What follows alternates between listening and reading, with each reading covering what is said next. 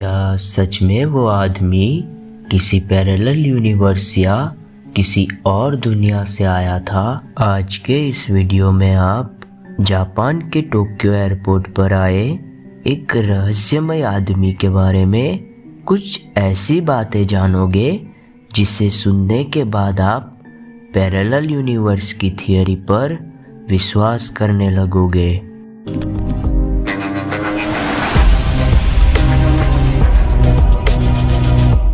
ये घटना जुलाई 1954 में जापान के टोक्यो एयरपोर्ट पर बनी।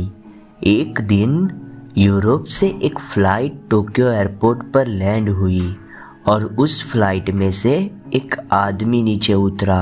जब उस फ्लाइट के यात्रियों की चेकिंग हो रही थी तब इमिग्रेशन काउंटर पर काम कर रहे कर्मचारी ने एक आदमी के पासपोर्ट को देखा और वो चौंक उठा क्योंकि उस पासपोर्ट पर लिखा हुआ था कि यह आदमी टोरेड नामक देश से आया है, लेकिन उन कर्मचारियों ने कभी ऐसे कोई भी देश के बारे में नहीं सुना था और वर्ल्ड मैप पर भी ऐसा कोई देश अस्तित्व में नहीं था। इन्वेस्टिगेशन ऑफिसर को इस आदमी पर शक होने लगा और उन्होंने उसे वर्ल्ड मैप दिया और कहा कि वो बताए कि उसका देश कहाँ पर है।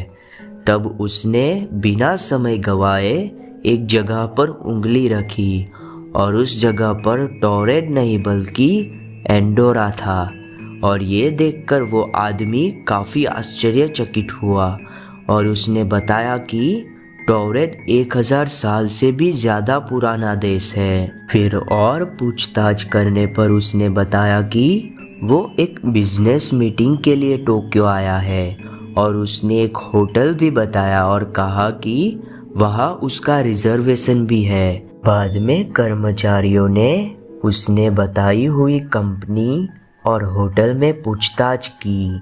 तब पता चला कि उसकी ना ही कोई मीटिंग थी और ना ही किसी होटल में रिजर्वेशन, लेकिन उसके पासपोर्ट पर दूसरे देशों की मोहरें लगी हुई थी वो बिल्कुल सही थी और इसी वजह से उसे कड़ी पुलिस सुरक्षा में एक होटल में रखा गया।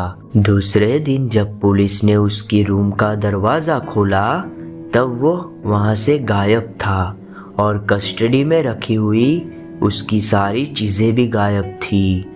अब उसे ढूंढने की पूरी कोशिश की गई लेकिन कुछ हाथ नहीं लगा। यहाँ पर सवाल ये होता है कि इतनी कड़ी पुलिस सुरक्षा के बावजूद वो गया तो गया कहाँ।